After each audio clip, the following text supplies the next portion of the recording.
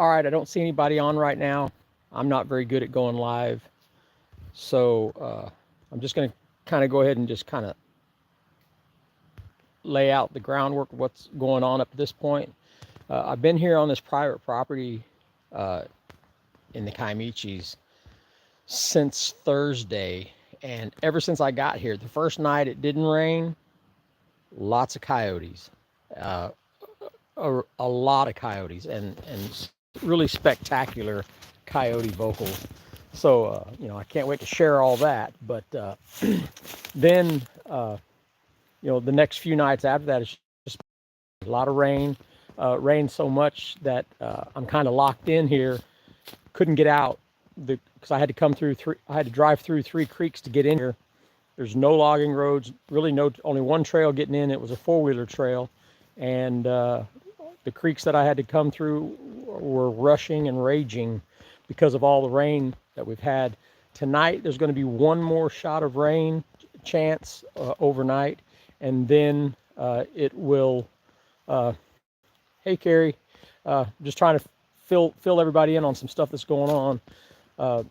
So after tonight, when the rain ends, should have 5 days of nice clear weather. So I just want to fill you guys in on what happened last night. You guys know my setup in the tent, where I have my thermal camera sticking up out of the top, where I can spin it around while inside the tent. So for 4 days here, I have not heard one owl. So that's what's going to make what I'm going to tell you significant. No owls whatsoever, just coyotes. I've heard coyotes like mad. So I'm in my tent, and one of the things I do is I do a time check, so that when listening to the recordings later, if I have something happen, I'll have my own time checks that I put in there. So around midnight, I stepped out of the tent to use the restroom, and I verbally said, time check is it's midnight, and I'm turning in for the night. So got back in the tent, and yeah, I've got enough food, pyromedic. I might have to ration some of it, but I'm doing all right. But so I got back in the tent after announcing it was midnight, and it was 35 minutes later. Now, granted, in 4 days, I have not heard one owl. So 35 minutes after I got back in the tent, after calling the time check at midnight, I hear these soft, gentle hoots coming from this east, right behind me up here on this ridge, on the east side of camp. It was the most softest, gentle hoots that I've ever heard. Now, I've got to tell you, most of the owls that I'm familiar with are certainly barred owls. Hear that a lot. But this is not an owl I've heard. I'm going to need, when I do put this on my video, I'm going to want people to describe it to me, or someone who's more of an expert than me to be able to tell me, oh, that's a short-eared wood owl or whatever.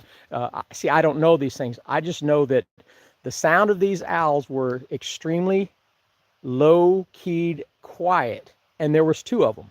So it was somewhere in the wood line behind me here up on this ridge, just out of sight, and it was 35 minutes after I did my midnight time check, and it sounded like this. Hoo, hoo. And then there would be a response. Hoo, hoo.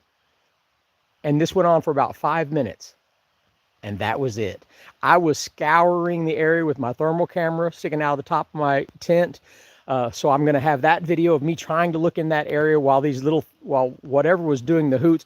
I'm sure it was an owl. I'm sure it was a couple of owls. We have to go that way first. We have to assume first it's owls. And then if we find out it's not owls, then we can, go where it leads us later. But I've never heard such soft, gentle vocals from an owl that was just, it's almost like these 2 owls were going hoo hoo, and it was just out of my field of view. So I'm going to be here for 5 more days, and if I get some type of activity that can be corroborated, then I will look back at this and say, okay, maybe those minute little hoots up here on the edge that I haven't heard before, haven't heard since, for just that little 5-minute stretch where they were going back and forth just on the outskirts of my camp. it's kind of weird that I'd be here for 4 days and never hear an owl, and I haven't heard anything after that. So what came in, made these communications with each other, and then vacated? So I'm at least saying it's interesting. So, yeah, I mean, yeah, it could be screech owls. I'm not an ornithologist or an owl expert. That's why when I put it on my video, I'm going to let people hear it. But the timing is suspect. The timing that I don't know how owls live in an area, if they're territorial, if they stay in the same areas all the time. I think that's the way it is with barred owls. So when I hear barred owls, you can hear a barred owl and then you hear one respond, and then later you'll hear them again. They just kind of hang out in the same area. The fact that this happened never before and it hasn't happened since is suspect to me anyways. So over the next 4 or 5 days while I'm here, if some activity picks up in some way, then I can look back at this and say, okay, this was the beginning of maybe something taking notice of my campsite. I don't know, but I was kind of excited about it. I was trying hard to find it with my thermals. I was looking for any heat signature up over there, and it just seemed like it was just going up that ridge on the east side of camp. And it was right after I announced the midnight time check. So it's very interesting. So yeah, Patrick, when I put the video together, I'm going to play the audio of those of that owl going back and forth, so you'll be able to determine for yourself. Like I said, and maybe an expert will know exactly what kind of owl it was. But you'll hear it along with me trying to find it with my thermal camera. So it should be interesting, anyways, especially if some activity happens here, in the following few days that I'm here. So we'll see. I wanted to try to get better at going live. I'm not very proficient with it, so I need to do it more so that I'm more comfortable with it. So I wanted to make sure that I just wanted to try that tonight, and really that's the only thing that I had to report, other than I'm locked in here because of the high water, and there's nothing I can do about that until I get a few days of no rain so that I can get out of here. But I have a feeling in a few days, even though I'm going to stay here till Sunday, I have a feeling if Friday or Saturday I can go somewhere to get some creamer, that's probably what I'm going to do, because I don't know if I can run out of coffee and then survive, a few days after that. So anyway, so I might risk driving through that water just to go get creamer. How's that for desperate? So, anyways, you guys got any questions? I mean, there's not anything else to report other than that. So I'll do the experiment with the tent and the Japanese language, but this time I've got my little logs that I made, that I put those game cameras in, that I can decorate up with limbs and really hide them really well. So now I'm going to do that experiment with the little camera sitting somewhere outside of the tent. But I did something different with that audio, with that Japanese audio.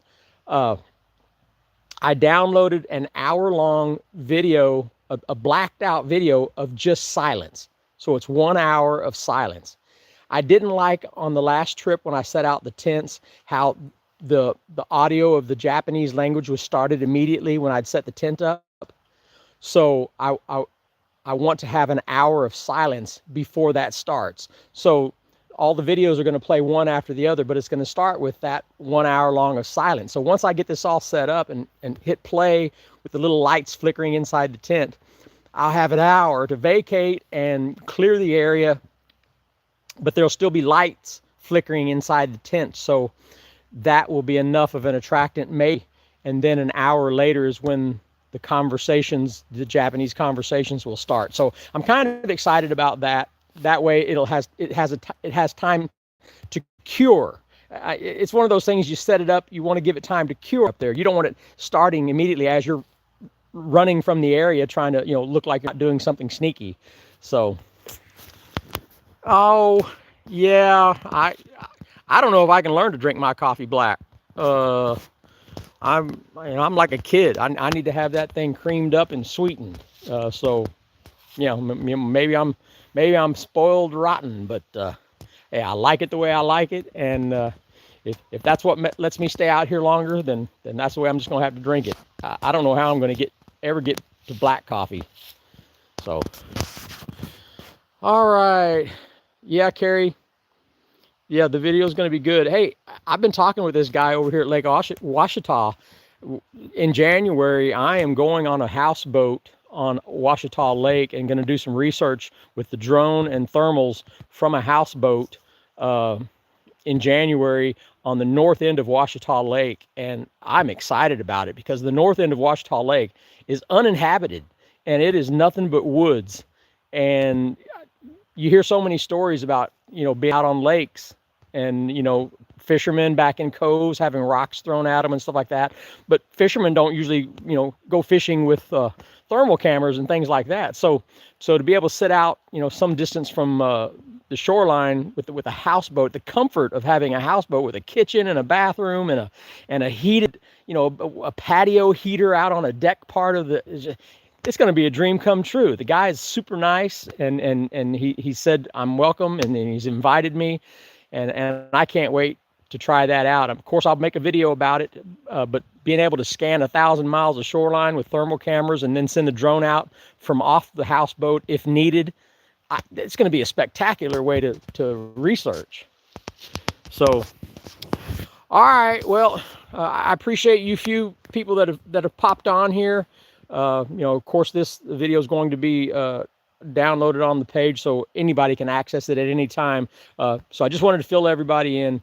It gets dark here pretty quick. 6 o'clock, it is just pitch black. As you can see behind me, it is dark, dark, dark. So I'm gonna go ahead and sign off if I can get this thing figured out. I guess I just hit the X up here.